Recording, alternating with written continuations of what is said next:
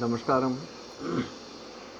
मंगलम भगवान विष्णु, मंगलम गरुड़ध्वज, मंगलम पुंडरीकाक्ष, मंगलाय तनो हरि।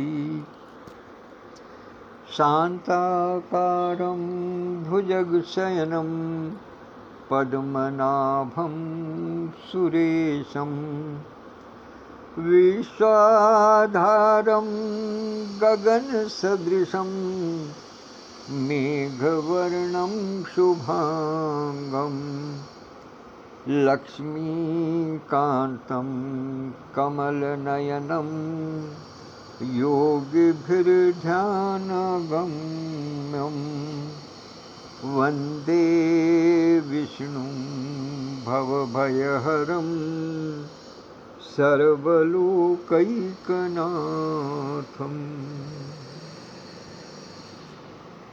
सृष्टि के संचालक पालक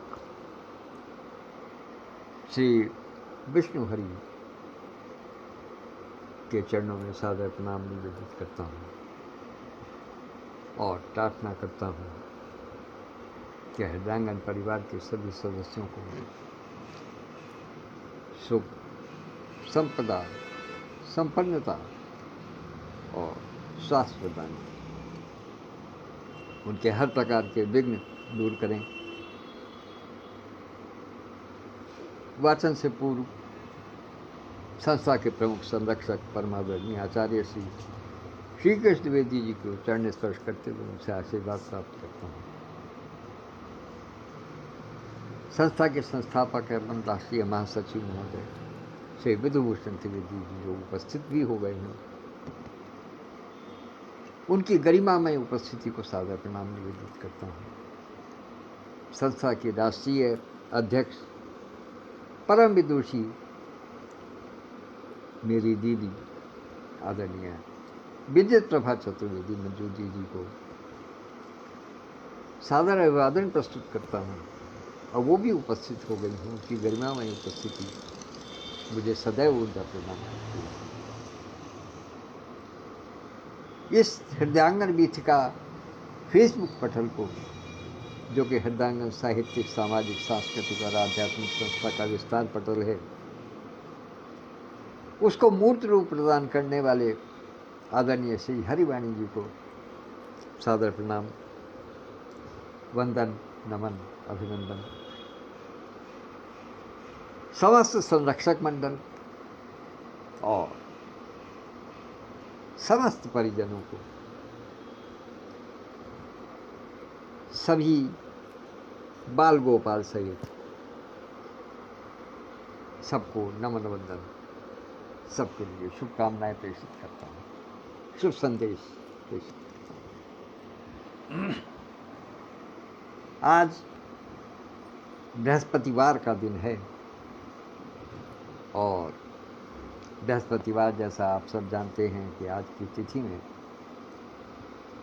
काव्य रचना के लिए दिन निर्धारित है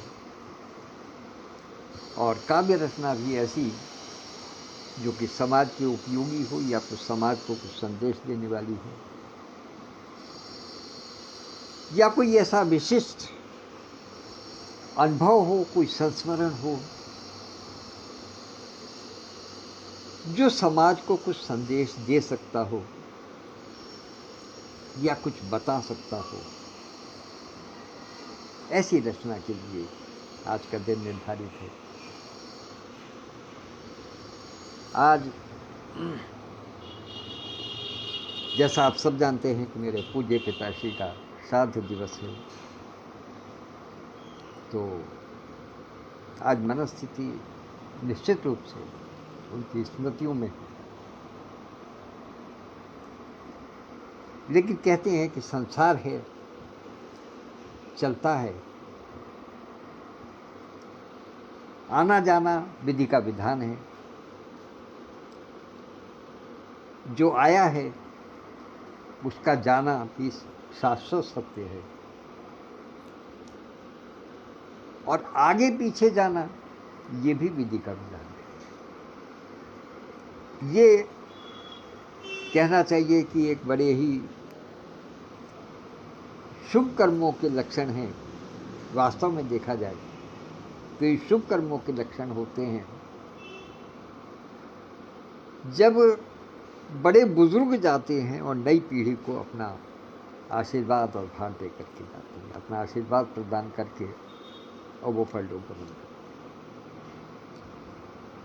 क्योंकि इस विषय में रामचरितमानस में एक चर्चा आई है। तो उन्होंने कहा कि राम राज्य में एक विशेष बात ये थी कि वहां किसी भी व्यक्ति को अपना पुत्र शोक नहीं होता था। अर्थात जो बुजुर्ग हैं, स्वर्गारोहण परलोक गमन उनका ही होता था। किसी पिता को ये शोक देखने की स्थिति नहीं थी कि उसके सामने उसका पुत्र जाता। तो ये मैं समझता हूँ कि ये मेरे लिए बड़े संतोष का विषय है। हो सकता है कि मेरी बात किसी को अच्छी ना लगे, लेकिन ये बड़े संतोष का विषय है कि मेरे पूर्ण कर्म कुछ ऐसे रहे कि मेरे सभी बड़े मुझे आशीर्वाद देकर के चले, और अपने परिवार में मैं सबसे छोटा था। हमारे बच्चों को किसी को चाचा का सुख नहीं, किसी को चाचा कहने का मतलब नहीं हो, क्योंकि मैं सबसे छोटा था। और आज की तिथि में मैं अपने परिवार में पुरुष सदस्यों में सबसे बड़ा। तो ये सब विधि के विधान हैं, सब चलते रहते हैं, सब आते रहते हैं, जाते रहते हैं, कोई नहीं पाता। चलिए, तो आज विषय पर आते हैं। पता नहीं दिवस ऐसा है तो कुछ ना कुछ भाव मन में आ जाते हैं, क्षमा कीजिएगा। तो आज मैं आपको एक रचना दे रहा हूँ, और अमरता पर ही रचना दे रहा हूँ। ये मैं आपको बताऊं कि जिस समय, जिस कालखंड में सन 86 से लेकर के और सन 94 तक मैं मेरठ में प्रवास करता था, मेरी मेरठ में पोस्टिंग थी, उस समय हमने वहाँ एक संस्था खड़ी की थी, साहित्यिक संस्था, जिसका नाम था नवचेतना स्वर्ण समूह। तो उसके माध्यम से अनेकों कार्यक्रम होते रहते थे, काव्य गोष्ठी होती थी, कवि सम्मेलन होते थे। उसके तत्वावधान में नौचंदी मेले में भी हम लोगों ने कवि सम्मेलन का आयोजन करवाया 2-3 बार। लेकिन उसमें एक कार्य हम विशेष और करते थे, जो कि गाए बगाए होता था, और वो होता था काव्य शिविर का। काव्य शिविर का अर्थ ये है कि हम किसी एक पूरा ग्रुप मिल करके एक किसी दर्शनीय स्थल पर जाया करते थे, जो भी आसपास या अपनी रीच में होता था, कभी बस लेकर के, कभी अपनी स्कूटर मोटरसाइकिल से, उसमें हम लोग जाया करते थे। और वहाँ जाकर के 1 घंटे के लिए सब लोग एक दूसरे से अलग हो जाते थे। महिला मंडली अपने मस्ती में रहती थी, और पुरुष वर्ग या जो लेखक वर्ग था वो 1 घंटे के लिए सब एक दूसरे से अलग हो जाते थे, घूमते रहते थे इधर उधर।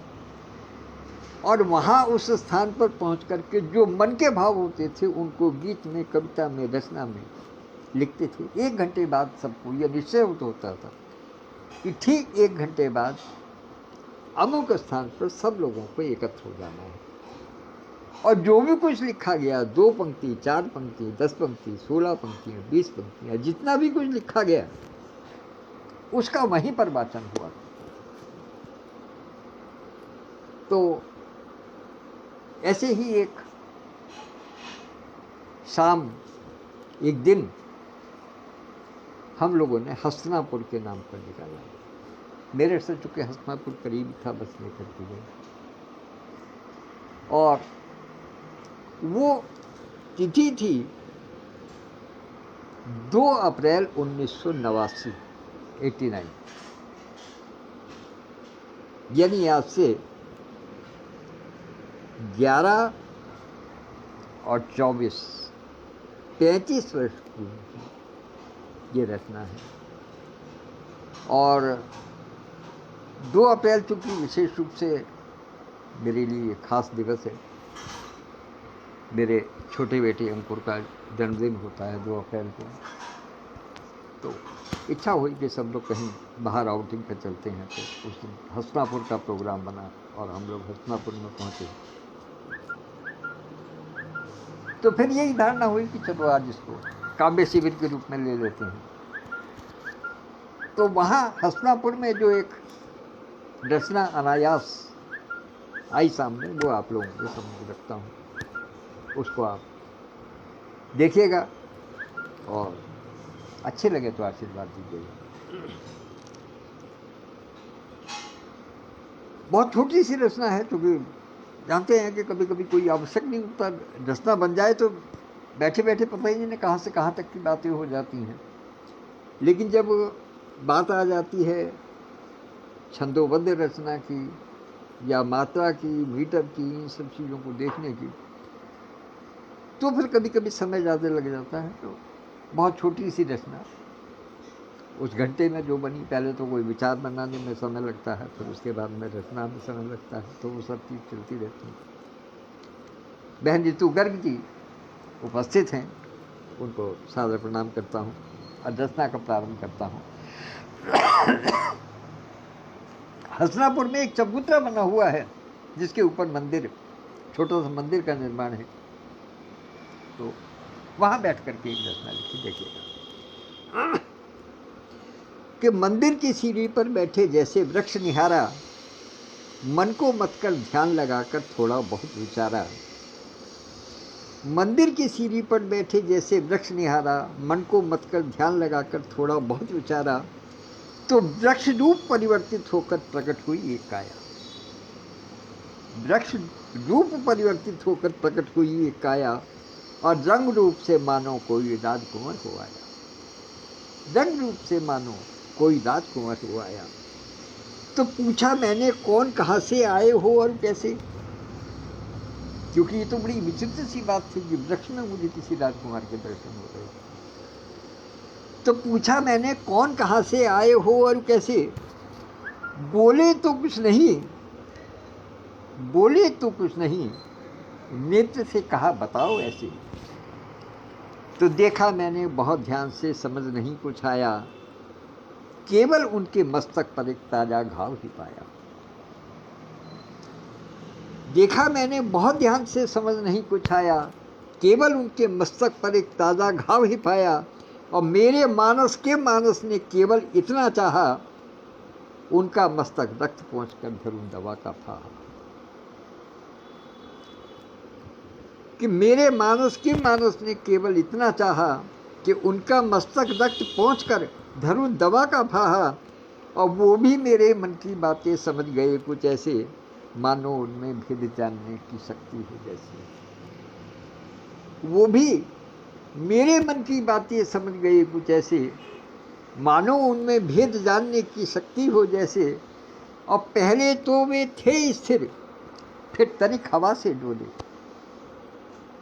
यहाँ वार्तालाप प्रारंभ हुआ छोटा सा, कि पहले तो वे थे स्थिर, फिर तनिक हवा से डोले, फिर अपनी गंभीर धीर वाणी में मुझसे बोले। क्या बोले? कि बस, क्योंकि मेरे मन में ये भाव था ना कि आपने मुझे, मतलब कैसे आपने मेरे मन की बात को जाना कि मैं आपके घाव पर दवा का फाहा रखना चाहता हूँ। तब उन्होंने कहा कि पहले तो वे स्थिर थे, फिर तनिक हवा से डोले, फिर अपनी गंभीर धीर वाणी में मुझसे बोले। बस तुम्हारा नाम गाम और धाम जानता हूँ मैं। बस तुम्हारा नाम गाम और धाम जानता हूँ मैं, और तेरा मानव धर्म नहीं है आम मानता हूँ मैं। और मैं इस खंडहर नुमा महल में बस घूमा करता हूँ। मैं इस खंडहर नुमा महल में बस घूमा करता हूँ और सदियों से अपने मन की पीड़ा देखा करता हूँ, किंतु आजकल नहीं किसी में मानव दर्शन होते। किंतु आजकल नहीं किसी में मानव दर्शन होते। बीत गई हैं सदियां मुझको खुद को ढोते ढोते, और पता नहीं किस लिए मुझे वरदान दिया था उसने, मुझको करके अमर पिता को था मरवाया। पता नहीं किस लिए मुझे वरदान दिया था कि उसने, और मुझको करके अमर पिता को था मरवाया जिसने। और इतना कहकर वे तो अपने वृक्ष रूप में खोए। अंतिम पंक्तियां हैं, अंतिम चरण है रचना का, कि इतना कहकर वे तो अपने वृक्ष रूप में खोए, मुझको विचलित किया उन्होंने प्रश्न बीज थे बोए, और मन को मत कर बुद्धि ने ये प्रश्न तुरंत सुलझाया। मन को मत कर बुद्धि ने ये प्रश्न तुरंत सुलझाया। आज हंसना पुण्य अश्वत्थामा से मिलवाया। आज हंसना पुण्य अश्वत्थामा। तो ये छोटी सी रचना थी जो काव्य से 2 अप्रैल 1989 की थी। तो आज अचानक पुरानी डायरी में मुझे नजर आई, तो मुझे लगा कि इसको आप लोगों के साथ में साझा अवश्य करना चाहिए, क्योंकि ये रचना बहुत कम कहीं पढ़ी गई है मेरे ख्याल से। वहाँ के बाद में एक आध जगह कहीं किसी काव्यगोष्ठी में मेरठ में ही पढ़ी गई तो पढ़ी गई, बाकी इसके अलावा और कहीं शायद इसका वाचन नहीं हुआ। तो आज अचानक मुझे इसमें हुआ। इस रचना के साथ में, इन्हीं शब्दों के साथ में अपनी वाणी को विराम देता हूँ, और कल फिर उपस्थित होऊंगा किसी नए भाव के साथ में, किसी नए विचार के साथ में, किसी नए कथा प्रसंग के साथ में, किसी नई मनस्थिति के साथ में, किसी नई स्थिति के साथ। धन्यवाद, नमस्कार। एक बार पुनः सभी को सादर प्रणाम देते हैं।